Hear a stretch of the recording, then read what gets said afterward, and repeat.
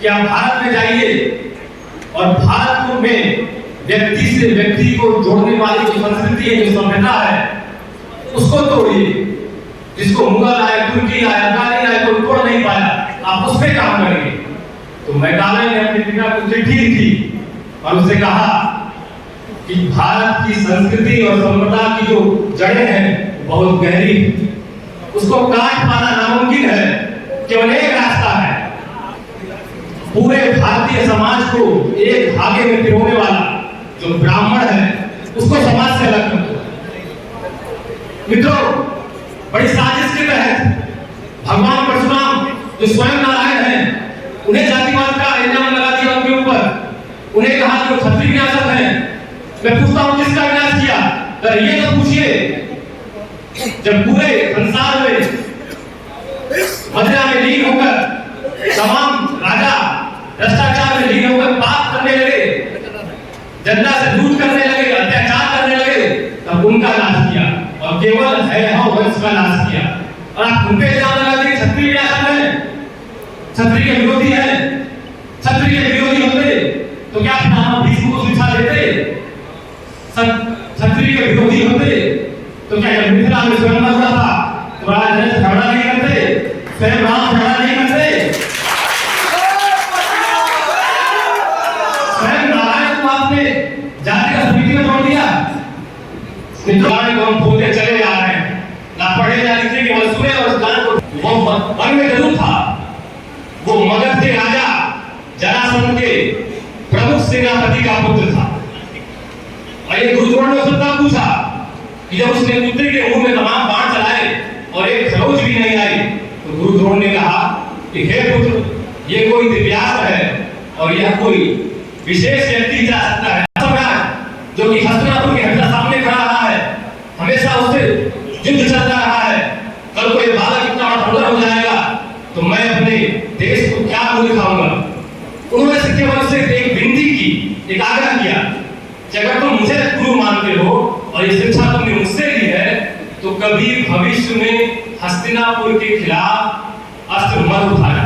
चाहे कौरव हो चाहे पांडव हो, कभी इनका भी आपस में युद्ध हो तो तुम अस्त्र मत उठाना। और जैसे कि लिखने की कला होती है, आप लोग बोलते हैं जैसे आपने मेरा प्राण ही मांग लिया, उसी प्रकार एक कलम ने कहा कि हे गुरुदेव, आपने तो जैसे मेरा अंगूठा ही मांग लिया। और हम भी ध्यान लगाते हैं लोग जातिवाद का कि हमें तुम झूठ उठ के हो, मैं तुम्हारे पूरे सत्ता के तुम्हारे राज का नाश कर दूंगा।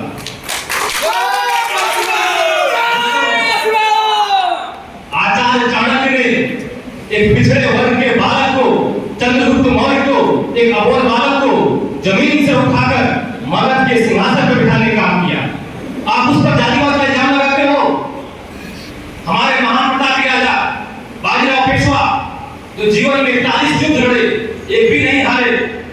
एक महान युद्ध लड़ने के बाद जब भोजन को हाथ लगाने जा रहे थे, तब ये संदेशा आता है कि बुंदेलखंड के राजा 70 साल मुसीबत में है, मुगलों ने उन्हें घेर लिया है, उनकी आयु ज्यादा है, वो असमर्थ है।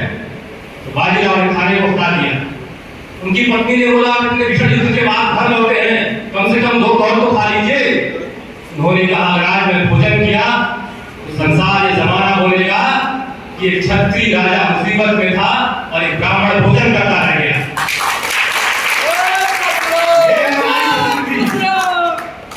दोस्तों,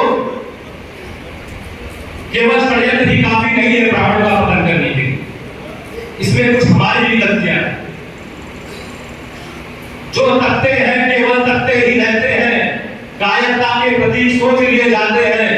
यूं तो बनते हैं जंगल में क्रोधा, मगर गिरों के झुंड में दबोच लिए जाते हैं। और सामने दरिंदे हो तो डरना ही पड़ता है, आंखों के आंसू भी पोंछ लिए जाते हैं।